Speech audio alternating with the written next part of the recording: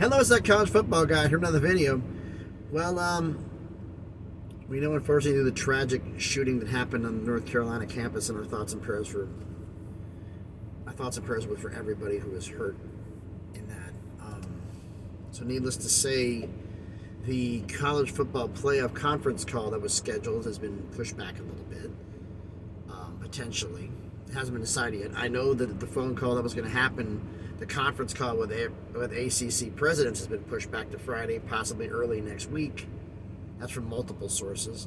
And also, there is, get centered here.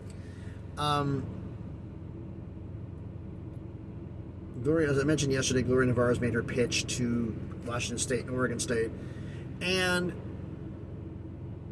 as well as we had the pitch being done by Mike Oresco from the American. That'll be doing his pitch today and tomorrow, I believe.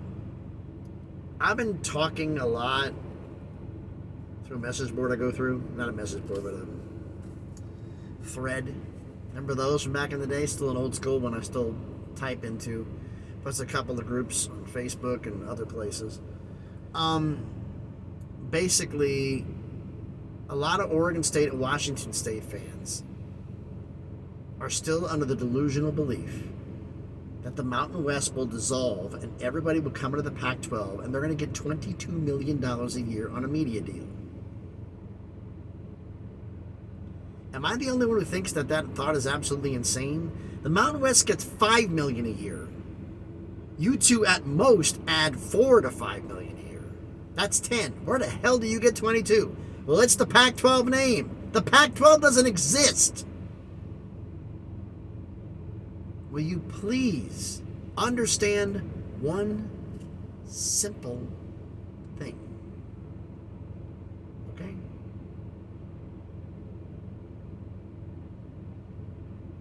One simple thing.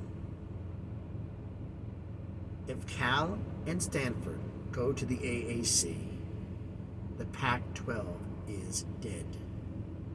Because your reverse merger would only work if if Stanford would pay the bill on the Americans' buyouts. Nobody from the Mountain West is going. It was the equivalent of joining the American. Do you really want to do that? Stanford and Cal said no. Hence the reason why they're trying to get in the ACC right now.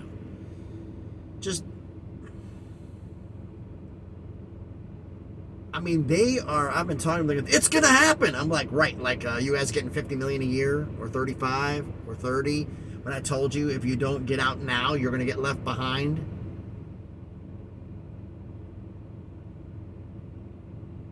It doesn't make you mad at the fact that I'm going against you. It makes you mad for the fact that a lot of people like myself told you this and we all ended up being right. We saw what was coming. Because unfortunately, those of us who were around to watch the death of the Southwest Conference remember that story all too well. So, I get it, but understand this. I'm speaking to those fans from Oregon State, because there's some subscriber fans. Subscribers who are fans of Oregon State. You're not a Power 5 program anymore. I know that's tough to hear. But right now, you're not. I should take that back. For this year, you are. Next year, no. You can't afford to go independent. Neither can Washington State. The thing is about this, I need to clarify that statement I just made.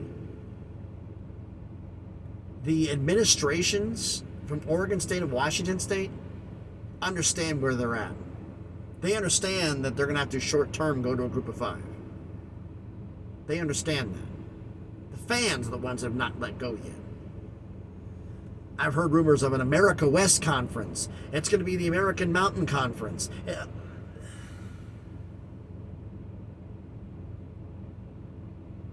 Somebody even put up in a thread, and I I am so thankful I wasn't drinking anything, or I would have spit it up all over the place. Straight spit take. That, and you probably heard this before, that, what was it? Boise, Fresno, San Diego State, Colorado State, Memphis, Tulane, I think it was SMU and UTSA. No, SMU and East Carolina. Going to leave these four schools from each conference leaving, and same with Cal and Stanford, everything else, and because those four schools, they're going to get $30 million a year.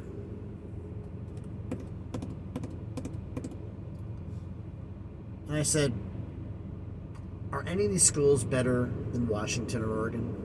He said, no. You had Washington and Oregon, you couldn't get 15. With Colorado, with Arizona State, with Utah, and you couldn't get 15. Where in the hell do you think you're going to get this number from?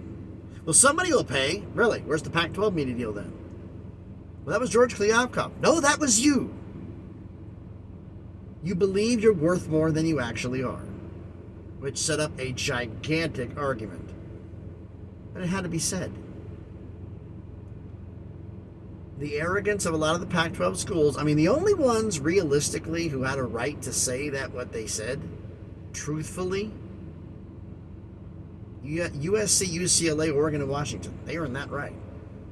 Because they were, and especially USC's been carrying the water for a while. On the field, no, but money-wise, yes.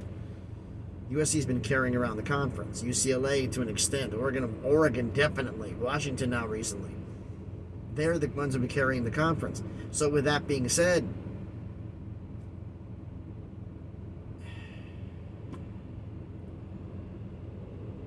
I just wish if they would just understand the fact the Pac-12 is not coming back. Even if you did all of this, you're not getting an autonomous status. That's over. There is now a Power 4. I'm still having trouble adjusting to that. Because I remember when there was a Power 6 with the Big East. Then the Big East dissolved. Basketball members went and kept the Big East name and went to basketball, went to everything, abandoned football. The Big East basketball only members, kept the Big East name. The football members had to go something else, and the American was born. I'm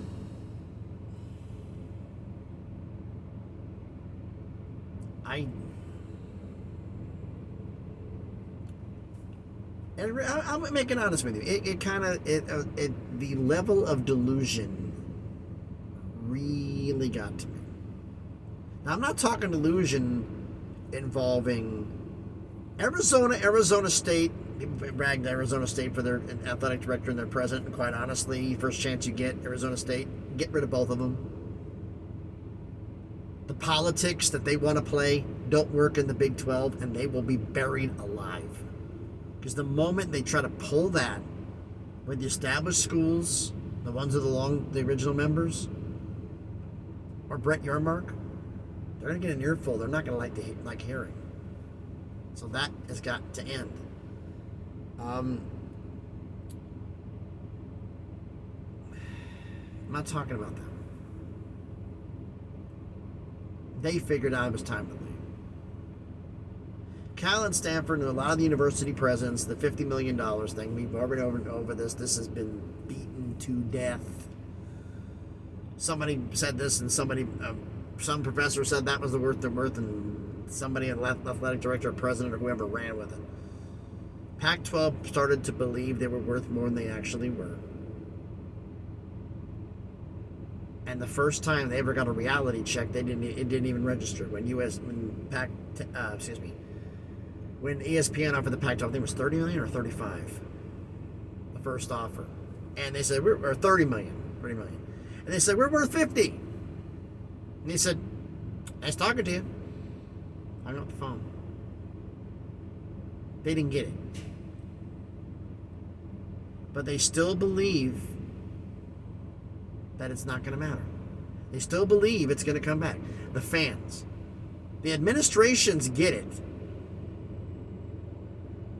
And the problem is for them, if you're making 8 to 10 with the Mountain West rumoredly, or 10 to 14 with the AAC,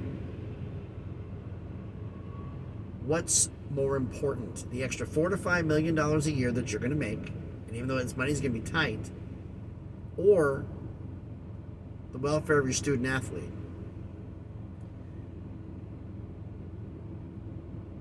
I mean, you have to travel. The far easters you go is Wyoming in the Mountain West. The far west you go is Hawaii, and that doesn't happen that often. It's every couple of years you got to go. Every few years you go to Hawaii. If you're in the opposite conference, Oregon State, Washington State, because their Mountain West is divisionless now, and they'll be 14, so they'll be doing a 3-5. If they get both of them coming in, they'll do a 3-5-5 scheduling format. It's going to be, if SMU joins, 15. If Oregon State and Washington State join with SMU out, it's 15. 16 with Wichita State.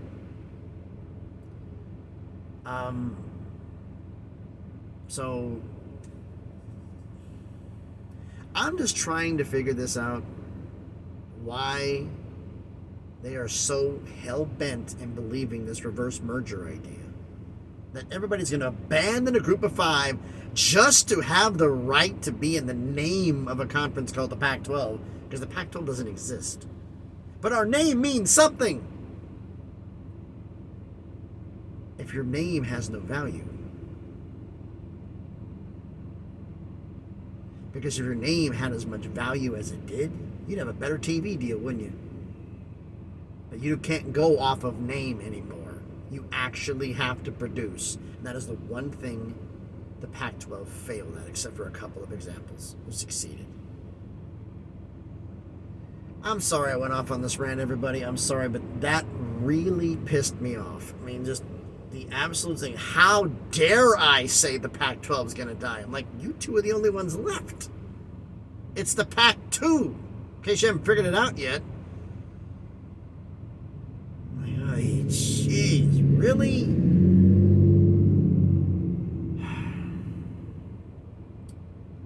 I'm sorry, buddy, but I had to get that out of my system. I said that's why I'm going to tell this video. Some fans are delusional. I just had to get that out of my system. For those of you who are wondering where I'm at, I am here at a truck stop in Jasper, Tennessee. Okay. Little story about Monday and Tuesday. Monday, I got in, for those of you who are paying attention to the videos, I got in on Monday, leaving Sunday out of Tennessee to go down to Miramar, Florida, which is north of Miami. I stopped short, so I didn't have enough hours to get down there. Got to Miramar and then got loaded up in Miami. And a little storm front came in that was not part of the hurricane, not part of Idalia. And a lot of wind, hard rain, and a lot of lightning knocked power out. The 3 ways to get out of Miami are the I-95, the Florida Turnpike, and the I-75. Well, the 95 was closed due to an accident because of the rainstorm. The Turnpike was closed due to an accident because of the storm. 75 was open. The 75 doesn't go along the Atlantic side. It goes and cuts across the state and heads toward Tampa, right where the hurricane's going to go. And I'm like, if I stay here, I'm going to be stuck, and by the time it gets through, I may drive right into this thing. I got to get out of here. So I end up driving the first day, stopping short of Tampa. Woke up there this morning.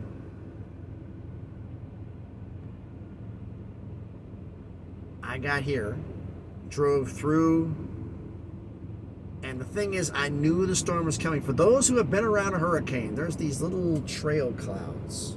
Little skinny little trail clouds. They're on the outside edge of a hurricane. Those who have been around them know what I'm talking about. And I'm up on Tampa, getting up to hit I-10, past I-10 on I-75, which goes to Jacksonville or Tallahassee, and it's nothing but those clouds everywhere. And it's also no humidity. when a hurricane comes in to strengthen itself over the ocean, it pulls in all of the energy, the moisture, to strengthen itself. So it sucks up the moisture to give itself more energy. So there's no humidity. So it's like 81 degrees, light winds, no humidity. That either means it's before the hurricane or after the hurricane, because it does it both times. The first time to gain strength to gain power before it comes ashore, and while it's onshore, it tries to suck up as much as it can. And after it's and while you're up, if you're anywhere north of it or west of around it that's not in the path, all of your humidity and energy is going to be gone too, because it's so excited up too. But I was up when I went into the Gulf Coast last time. I was down in Memphis, and there was no humidity down there, with light winds, clouds, light rain, and like 70 degrees in the middle of August last year. It's crazy.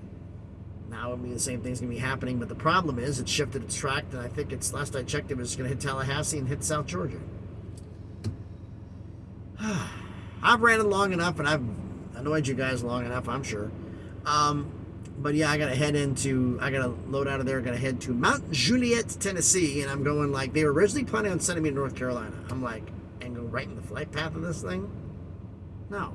Before I even asked, they said, no. Everybody else avoided Florida. You went down in it. So they're going to go to South Carolina and North Carolina after the storm clears. You're going up north to Indiana and then to Michigan. You're going to go far away from this thing. I'm like, works for me. So thanks everybody for watching this video and hearing this guy here talk a little bit about college football and rant about some fans that are just clearly delusional. Thanks for the rant about this. If you haven't already, please smash the like button, hit the thumbs up. It helps the algorithm, helps the video be seen by more people. Comment on the video. Do you think, if anybody's heard anything else about from these Oregon State and Washington State fans, and I'm subscribers, if you're an Oregon State fan, you're a subscriber. Do you think this way, that the reverse merger is going to happen? Or do you think it's best to choose the best option? Let me know in the comments.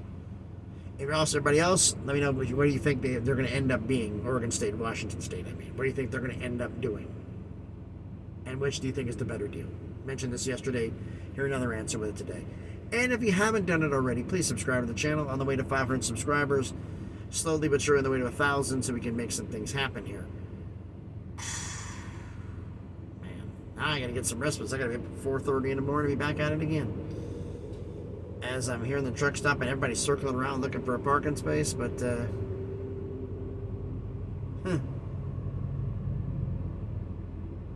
I just noticed that storm that was in North Georgia is finally coming up here into Tennessee. There was no clouds here. Coming up now. So thanks everybody for watching. Hope everybody's having a great Tuesday, and hopefully you don't decide to get mad at me and unsubscribe from me going on this rant. So thanks everybody for watching. Please be safe. If you're anywhere in the path of this thing, get out of the way, because it is going to be a Cat 3, it looks like, by the time it makes landfall. So please be safe, and please be good to each other.